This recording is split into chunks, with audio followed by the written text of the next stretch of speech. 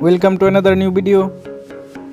In this video you will see how to fix CapCut Export Error problem.